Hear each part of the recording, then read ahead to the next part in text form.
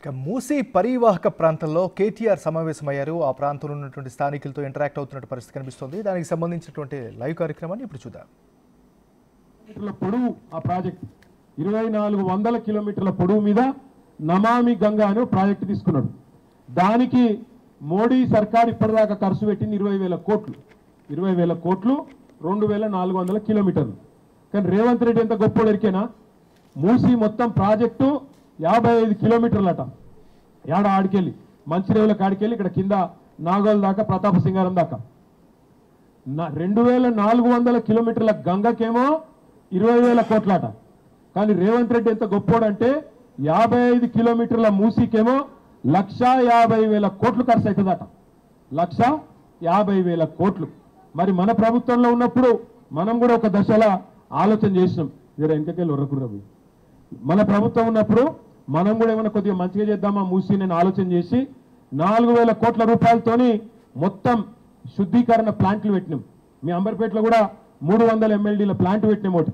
ఎందుకంటే మన ఇళ్లకి వెళ్ళి వచ్చే మురికి నీళ్ళు ఏవైతే ఉంటాయో డ్రైనేజ్ నీళ్లు, ఆ డ్రైనేజ్ నీళ్లను మంచిగా చేసి మూసిలోకి ఇడిచి పెడతానన్నా ఈ దోమలు గీమలు బంద్ అవుతాయి, పిల్లగాళ్ళకు ఆరోగ్యాలు దెబ్బతినకుంటుంటాయని చెప్పి హైదరాబాద్లో 100%, 1-2 కాదు 100% మురికి నీటిని శుద్ధి చేసేందుకు 4,000 కోట్లతోని ప్రాజెక్టులు చాలు చేసినాం. దగ్గర పడ్డాయి, అయిపోయినాయి. మీ అంబర్పేటలో STP కూడా 300 MLD STP పూర్తి చేసినాం. అంటే శుద్ధి చేసే పని పూర్తి చేసినాం. దాంతోపాటు ఇంకొక పని చేసినాం. మూసీ మీద మీ సవలత్ కోసం అప్పుడప్పుడు మూసారం బాగా మునుగుతుండే, అందుకే ఏం చేసినాం, హై లెవెల్ బ్రిడ్జులు 15 బ్రిడ్జులు మంజూరు చేసినాం 545 కోట్లతో. గట్ల ప్రజల కోసం ఆలోచన చేసినాం. పేదవాళ్ళ కడుపు కట్టకుండా ఇక మా సుధీర్ రెడ్డి ఎడవాయన ఇడున్నాడు, ఇక సుధీర్ రెడ్డి సాబు చైర్మన్ ఉండే దానికి మూసీ రివర్ డెవలప్మెంట్ కార్పొరేషన్, ఆయన నాయకత్వంలోనే చేసినాం. మొత్తం లెక్క తీపిచ్చినాం సార్. నేను అప్పుడు మున్సిపల్ మంత్రిని, కేసీఆర్ సార్ చెప్తే మేమిద్దరం లెక్క తీసినాం. సుధీర్ అన్న వచ్చి చెప్పిండు, అన్న వాస్తవం చెప్తున్నా చాలా మంది పేదోళ్ళకి డిస్టర్బ్ అవుతుందన్నా, మరి మనం ఆలోచించాలే, కరెక్ట్ కాదన్నాడు. నువ్వు నేను అనుకున్నాడు కాదు, కేసీఆర్ సార్ దగ్గరికి పోదాంపా అని చెప్పి ఇద్దరం పోయినాం. సార్ దగ్గర పోయి పెట్టినాం లెక్క. సార్కి ఇట్లున్నది, మరి మీరు అన్నట్టు ఏదో చేయబోదామంటే మాత్రం చాలా మంది గరీబులు బాగా దెబ్బతినేటట్టున్నారు, ఏం చేద్దామంటే సార్ ఒకటే చెప్పిండు, ఇక అది పక్కకు పెట్టురు మీరు, ఎందుకంటే చేయగలిగితే ఏమైనా పేదోళ్ళకి మంచి చేయాలి, కానీ మనం అనవసరంగా వాళ్ళ నాగం చేయొద్దు, వాళ్ళ బతుకులు రోడ్డు మీద పడేయద్దు, దయచేసి ఆ పని పక్కకు పెట్టండి అని చెప్తే ఇద్దరం అన్ని డిజైన్లు గీపించినాం, అన్ని పెట్టినాం 2020 నాటికే. కానీ పక్కకు పెట్టినాం, ఎందుకంటే గరీబులకు నష్టం అవుతుందంటే వద్దు అన్నాడు కేసీఆర్ అని చెప్పి పక్కకు పెట్టినాం. ఇలా రేవంత్ రెడ్డి 100 రోజులు 6 గ్యారంటీలు అని చెప్పి 420 హామీలు ఇచ్చిండు. అవన్నీ మర్చిపోయిండు, అటక మీద పెట్టిండు. ఇందిరమ్మ రాజ్యం అన్నాడు, ఇంకోటి అన్నాడు. రాగానే 1,50,000 కోట్ల దుకాణం మొదలు పెట్టిండు. అసలు నాకు తెలియక అడుగుతా, మా ప్రభుత్వం ఉన్నప్పుడు ఇదే ప్రాజెక్టుకు మేము లెక్క కట్టింది 16,000 కోట్లలో అయిపోతుందని లెక్క కట్టినాం.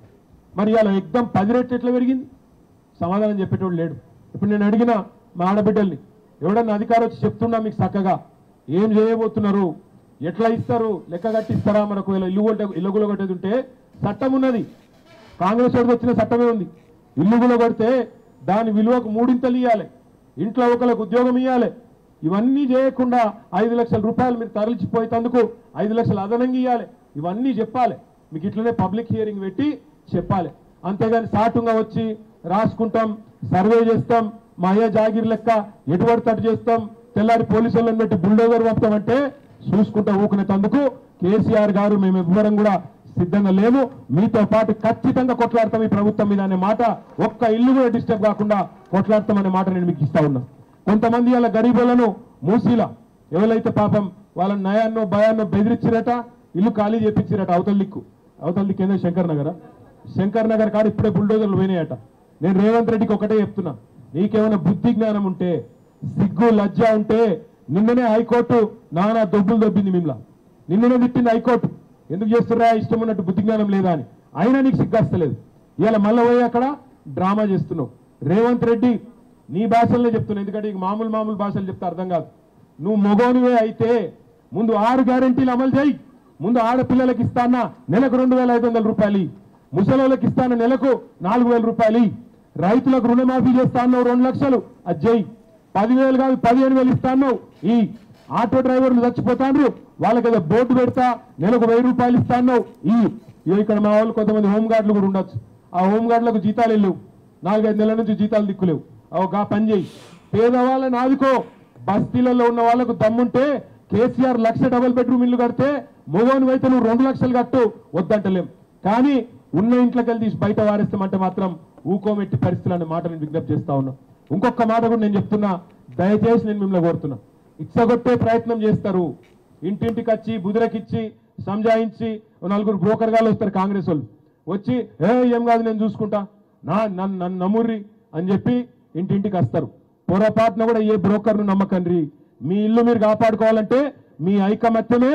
ఒక్క కాల్ మీరు కాలేరు వెంకటేష్ అన్న కొట్టండి, అన్న వస్తాడు మీ ఎంబడ, మాకొక ఫోన్ కొడతాడు, మేమందరం దిగుతాము. ఎట్లా ఎవడు మిమ్మల్ని ముడతాడో మేము కూడా చూస్తాం. మీ అందరినీ నేను ప్రార్థించేది ఒకటే, మీరు ఎంత గట్టిగా నిలబడితే మరి మీ ఇండ్లు అంతే గట్టిగా నిలబడతాయి. కేసీఆర్ సారు మళ్ళా రావాలి అంటూ రావాలనా పక్కన? మరి మధ్యలో నిలబొట్టే ఉపాయం అయితే నా కాడ లేదు, మీ కాడ ఏమైనా ఉంటే ఎప్పుడు మళ్ళా వస్తాయి ఆగాదు. మళ్ళా ఎలక్షన్లు వస్తాయి, ఏడవోతారు వీళ్ళంతా. కానీ ఏడవోతారు వీళ్ళంతా మళ్ళా మన కాడికే వస్తారు, మళ్ళా ఇంటింటికి వచ్చి ఓట్లు ఆడుకుంటారు. అప్పుడు చెప్పాలి హైదరాబాద్ కార్పొరేషన్ ఎలక్షన్ వస్తుందా, వస్తే వస్తారు కదా మళ్ళీ ఇంటికి, అమ్మా అక్క దండం పెడతా ఓటే అని. అప్పుడు ఈ బలగొట్టాలి కాంగ్రెస్ వాళ్ళు. ఈ బలగొట్టాలంటే కొట్టేరు, నిజం కొట్టగురి కొడితే మళ్ళీ ఈ పోలీసు వాళ్ళు కేసులు పెడతారు. ఆయన కొట్టగురి ఓట్లతో జాడిచ్చి తను, అర్థమైందా? ఓటుతోనే జాడిచ్చి తన్నాలి. ఇంటి మీదకి వస్తే మాత్రం, ఇంటి మీదకి వస్తే ఏం చేయాలి? మా ఆడబిడ్డలు ఏం చేయాలి? ఇళ్ళలో చీపుర్లు ఉన్నాయా? కొత్త